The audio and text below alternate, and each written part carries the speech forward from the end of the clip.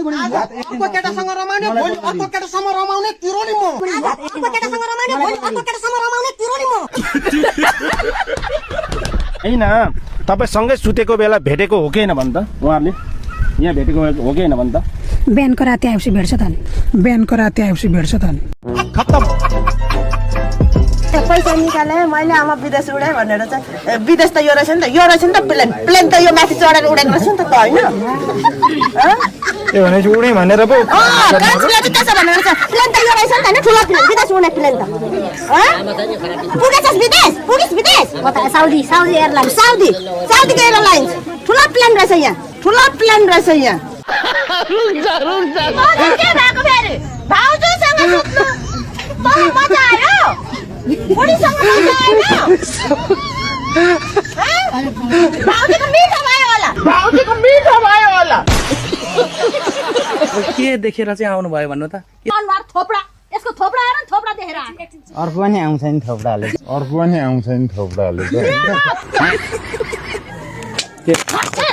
हाँस्छस् के गर्नु त मलाई रुवाएर त हाँस्छस् हाँस्दैछस् अनि कहाँ तपाई चाहिँ किन त्यो झंगेको होइन मलाई रुवाएर किन हाँस्दैछ यो जहाँसुकै भने ज्ञानु तिमी आइथ्यौ बाबा मैले कुनै बेला केही गल्ती गरेँ होला मलाई माफ देऊ पनि काट्नु भएछ नि काटे हजुर मैले उम्ला काटेर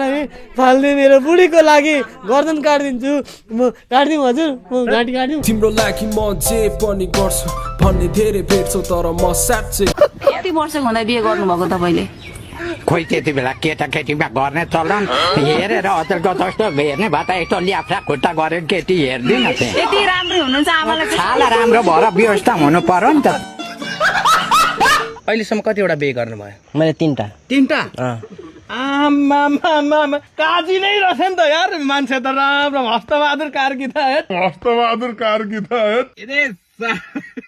अनि दाजुको भाउ ल्याउँदाखेरि दाजुले तपाईँलाई के भन्नु भएन के गर्नु अब अस्ति कुट्यो नि यसले कुट्यो अहिले चाहिँ तपाईँहरूको बोलचाल छ कि छैन देखादेख हुन्छ आएर गइहाल्थ्यो त साँचो कुरा बोल्ने फेरि भाइ मिडियाको अगाडि फेरि म हात लाउनु नपरोस् है फेरि साँचो कुरा बोल्नु पर्यो नि फेरि मान्छे भएर म हिँडिहाल्थेँ त्यहाँबाट एकछिन त आउँथेँ चलाउँथेँ अनि जान्थेँ होइन त भाउजू के बोले भाइ के बोले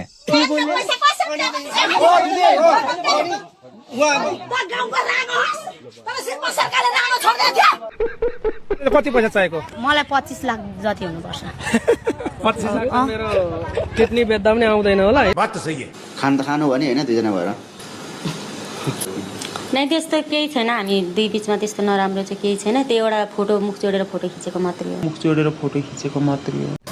ये सब क्या देखना पड़ रहा है यहाँ के भयो अरे यहाँ ठेकदारले यहाँको घर मालिकलाई उडायो खत्तम मलाई सँग गर्छ म दायाँ बायाँ हेर्न हुँदैन यसले मलाई आँखा लाउँछ म सोझ मान्छे म कोहीसँग पनि म खेल्दैन कसैसँग खेल्दैन अरूको मोबाइलबाट एडिट गरेर चाहिँ केले बोल्नु पर्यो त उयो गरेर बोल्छु यस्तो उमेरमै यति राम्रा श्रीमतीहरू के खाएर चाहिँ मान्छेले भित्राउँछ कसरी चाहिँ पट्याउँछ भान्जाले माइजू उडाएको माइजू यिनै हुन् माइजूले भन्यो जहाँ चाहिँ भान्जासँग गएकै हो के गर्छस् भनेर श्रीमानसित सिधै लफडा पर्यो हेरेको थिएँ भान्जीले पनि हेरिन् भान्जा अरू सित्तले पनि हेरे अनि त्यसपछि किन सल्लाह के गर्नुहुन्छ रातभरि श्रीमतीको लागि भन्नुहोस् रुन्छु कराउँछु सिरानीमा फोटो राखेर श्रीमतीले चाहिँ हान्थ्यो उसले कोर्थ्यो के ले हान्थ्यो कुचोले मुढाले हान्थ्यो मुढाले पनि हान्थ्यो कहिले ढल्नु भएको छ तपाईँ श्रीमतीले हान्दा अनि तपाईँको श्रीमान राम्रो कि उहाँ राम्रो श्रीमानै राम्रो यहाँ सुन्नु है को राम्रो अरे श्रीमान राम्रो उहाँ भन्दा ए अनि त्यतिखेर भाग्ने बेला चाहिँ के देखेर भाग्यो माया लगाएर के गर्नु सर बुढीको बोली राम्रो छैन अब पहिला चाहिँ राम्रो भयो अहिले राम्रो भएन भनेर हुन्छ बिहे गरेर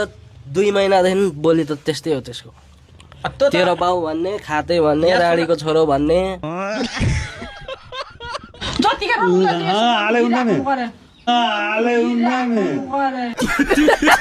सक्छु त म एउटा बुढी मान्छे भएको जतिखेर पनि राम्री भर्खरको देख्दा जतिखेर पनि चढिराख्नु के चढ्नु हामी चाहिँ के माछालाई चढेको कहाँ सकिन्छ उठेन यसो पर्छ आउँछ चुप्लागा भन्दैछु म उठेन यसो पर्छ आउँछ चुप्लागा भन्दैछु म जतिखेर पनि बुझे यसो गरेको हामी चाहिँ मानिराख्नु हामी चाहिँ भैँसी हो र कसको माया लाग्छ म यतै खुसी हुन्छु यतैतिर जान्छु अब यतै ससुरासँगै खुसी हुने हो यतै खुसी यानेर तिम्रो किन त्यत्रो खुसी नहुने के गर्थ्यौ अब यसलाई सबै कुरा देख्यो खुसी दिएको थियो राखेको थियो पैसा पठाइदिएको थियो पैसाले मात्र संसार धान्दैन नि त तिमी उता विदेशतिर बसेर खुसी नभएको हो कि त्यही होला अब यसलाई ठुलो ठुलो चाहिएको त्यही भएर चाहिँ यो हिँडेको हो त्यही हो खत्तम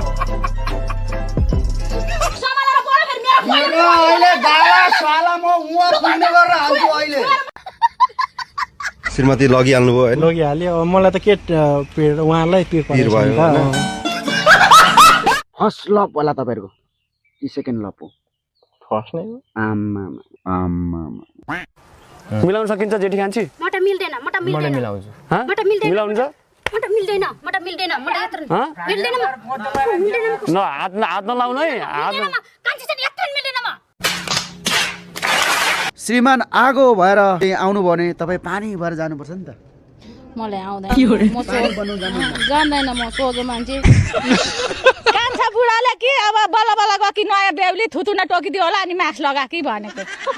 के भन्नु टोकेकै हो उहाँले नै देख्नु भएको होला जोसमा टोकिदियो होला अनि मास्क लगा कि अनि हाम्रो भाइको सानो भयो बालखा बिहा गरेर अब ठुलो खोज्दा हिँडी उल्टा बालखा छोरा छोरी छोडेर काजु भन्नुहुन्छ काजी मेरो बुढा यता बुहारी भन्नुहुन्छ काजी मेरो बुढा अनि कसको बुढा चाहिँ भन्नु त्यो जुन तपाईँको श्रीमती उडाउने चाहिँ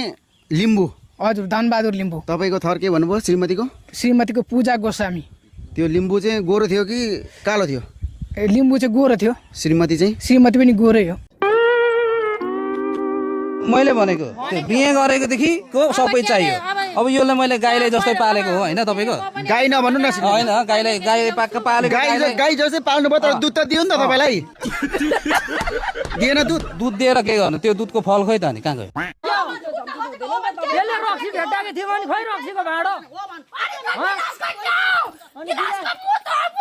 कौन है ये लोग कहाँ से आते हैं भाटाले पनि गोप्याङ्गमा त्यो भनेको उहाँको आँखा अगाडि देखाइदिनु यसरी म सुते थिएँ कोल्टे पर यसरी सुते थिएँ पहिले यहाँ हिर्काउनु भयो भाटाले अनि पछिबाट यस्तो गरेर घोत्दिनु भएको तरन्टीलाई यस्तोबाट घोत्दिनु भएको अगाडि घोत्दिनु भएको कहाँ घोचियो त कहाँ घोचिन्छ 11 बजीतिर काममा भयो हेर्नु न बुढो विदेश छ तपाईँ चाहिँ अर्कै केटासित यसरी रङ्गात भेटिन्यो रुममा श्रीमती त स्वीकार्ने नानी चाहिँ नस्वीकार्ने नानी मेरो हुँदैन त कसरी स्वीकार उसले हो भनेर त मिडियामा हो भनिरहेको त स्वीकार्नु परेन अनि मिडियामा आएर हो भन्ने बित्तिकै म यसलाई स्वीकार्छु तपाईकै बच्चा हो कसरी हुन्छ मेरो चाहिँ 5 महिनामा बच्चा चाहिँ कसरी हुन्छ अब भयो नि कसरी भयो भन्नु अब तपाईँलाई थाहा होला नि के दिन्छु घुमाएर अनि अहिले त दिने सिने कुरा चाहिँ नगर्नु है हेर्नु जयसा मैले अघिदेखि सम्झाउँदै छु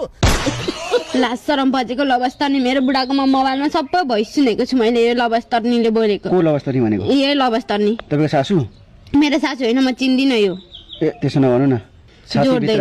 छातीभित्र लेखिसकेपछि लेखेको छैन मेटिसक पानीले पखाल्दा पखालिन्छ न डस्टरले मेट्दा मेटिन्छ दर्शकबिन अचम्मको घटना श्रीमानले श्रीमती साटासाट गोठो बस्दाखेरि कस्ता हुन्थे दिनहरू कसरी कट्थे के गर्नुहुन्थ्यो तरुणसित बस्ने गीत गाउने मुही पारेर घिउ खुवाउने तरुणलाई चोरी दिने घर नल्याउने तरुणीलाई नि दिने त्यो तरुण जस्तो मिठो त अरू होइन बोका त बोका हामी बोका होइन भने भन् टु वाइफ नो लाइफ राति कति बजीसम्म गर्थ्यो त कहिले त 1 बजेसम्म हुन्थ्यो कहिले 12 बजेसम्म हुन्थ्यो अनि राति 12 बजीसम्म श्रीमतीले गरिराख्थ्यो तपाईँ सुत्नुहुन्न थियो नि म कहिले काहीँ बिम्दिँदाखेरि त्यस्तो पाउँथेँ क्या त्यस्तो दर्शकबिन श्रीमान खाडीमा श्रीमती यता झाडीमा